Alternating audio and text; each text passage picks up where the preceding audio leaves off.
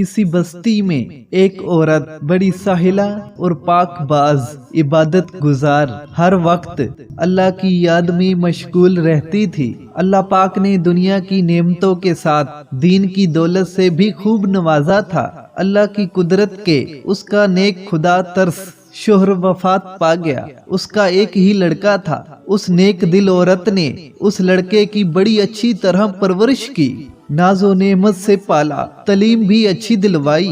لڑکے نے جب دنیا کے میدان میں قدم رکھا تو ہر طرف اس کے حسن و سلوک کے چرچے ہونے لگے۔ شریف لوگ اس کو عزت کی نگاہ سے دیکھتے، بیوہ عورتیں اس کو دعائیں دیتی، یتیم بچے اس کے قدموں میں آنکھیں بچھاتے۔ یہ سب اس وجہ سے کہ وہ ہر ایک سے حسب مراتب پیش آتا، وہ غریبوں سے ہمدردی کرتا، خیرات صدقات دیتا۔ غرض اس کی بستی میں کوئی ایسا فرد نہ تھا جو اس سے خوش نہ تھا۔ اس کی بستی والے ایسے نیک لوگ تھے کہ ہر گھر سے قرآن پاک کی تلاوت کی آواز آتی تھی، مسجد میں درس قرآن اور اللہ کے ذکر کی مجلس ہوتی تھی۔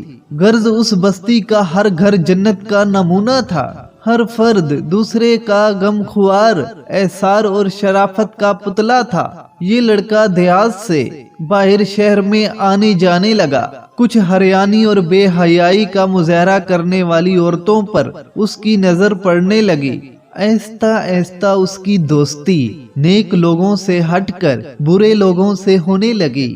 پھر وہ راستے سے بھٹک گیا۔ بد کردار دوستوں کے مشورے سے اس نے والدہ کے کھیت دیہات کی پرسکون زندگی کو خیر آباد کہہ کر شہر کی فضا میں اپنا ڈیرا ڈال لیا۔ اس کے ڈیرے میں اب ہر قسم کے اوباش دوست اس کے گرد جمع ہونے لگے۔ ان بد کردار دوستوں نے اسے رائے حق سے ہٹا دیا۔ ماں مصلی پر بیٹھی ہر وقت اس کے لیے دعائیں کرتی تھی۔ کبھی کبھی ماں سے ملنے شہر سے گاؤں چلا جاتا۔ آہستہ آہستہ وہ وقت آیا کہ مہینوں میں ایک چکر لگاتا۔ اسی اثنا میں اس کے بد کردار دوستوں کے ذریعے اس کی شناسی ایک بد کردار عورت سے ہو گئی، اور وہ اس کا اس قدر اسیر اور افریطہ ہوا کہ اپنے باپ کی جائیداد فروخت کر کے اس پر لوٹاتا رہا۔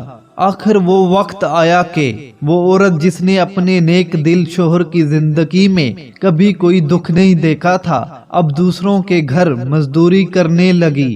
بیٹا جب کبھی گاؤں آتا تو ماں مزدوری کے پیسوں سے بیٹے کو گھی لا کر دیتی، کوئی چیز بنا دیتی اور دعاؤں کے ساتھ رخصت کرتی۔ کافی عرصہ گزر گیا، لڑکا ماں کو ملنے نہ آیا۔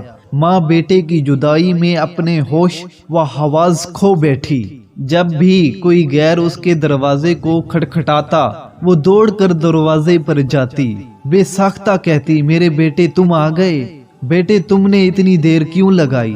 جب معلوم ہوتا کہ گلی کے کسی بچے نے دروازہ کھٹکھٹایا تھا تو دل پر ہاتھ رکھ کر پھر مصلی پر آ بیٹھتی اور رونا شروع کر دیتی۔ روتے روتے اس نیک دل کی بینائی بھی جواب دے گئی۔ جب اس لڑکے کے پاس کچھ نہ رہا تو اس بے حیا عورت نے اپنے یاروں سے مشورہ کیا کہ اب اس سے جان چھڑوائی جائے۔ مشورہ یہ طے ہوا کہ اس سے یہ فرمائش کی جائے کہ میری محبت جب ہی آپ سے رہے گی کہ اپنی ماں کا دل نکال کر لاؤ۔ اس طرح وہ فرمائش پوری نہیں کرے گا تو خود ہی جان چھوٹ جائے گی۔ اس بد کردار عورت نے یہی فرمائش کی۔ وہ انسان جو ایک وقت میں فرشتہ تھا، آج خواہش نفس کی خاطر شیطان سے بھی بدتر ہو گیا اور اس فرمائش کو بھی پورا کرنے پر تیار ہو گیا۔ خنجر لیا، گاؤں کی طرف چل دیا۔ عرصہ دراز کے بعد جب یہ بد نصیب دروازے پر پہنچا، آواز دی۔ ماں فراحت و خوشی سے دروازے کی طرف بڑھی، منہ سر چوما اور سینے سے لگا لیا۔ اس بدبخت نے خنجر نکالا، ماں کے سینے پر مارا، ماں کا دل نکال کر چل دیا۔ آسمان پر اندھیرا چھا گیا، اللہ کا عرش ہل گیا، فرشتوں نے دعائی دی، ظلم کی انتہا ہو گئی۔ بدکاروں کا یار بد کردار جب فاحشہ عورت کے مکان پر پہنچا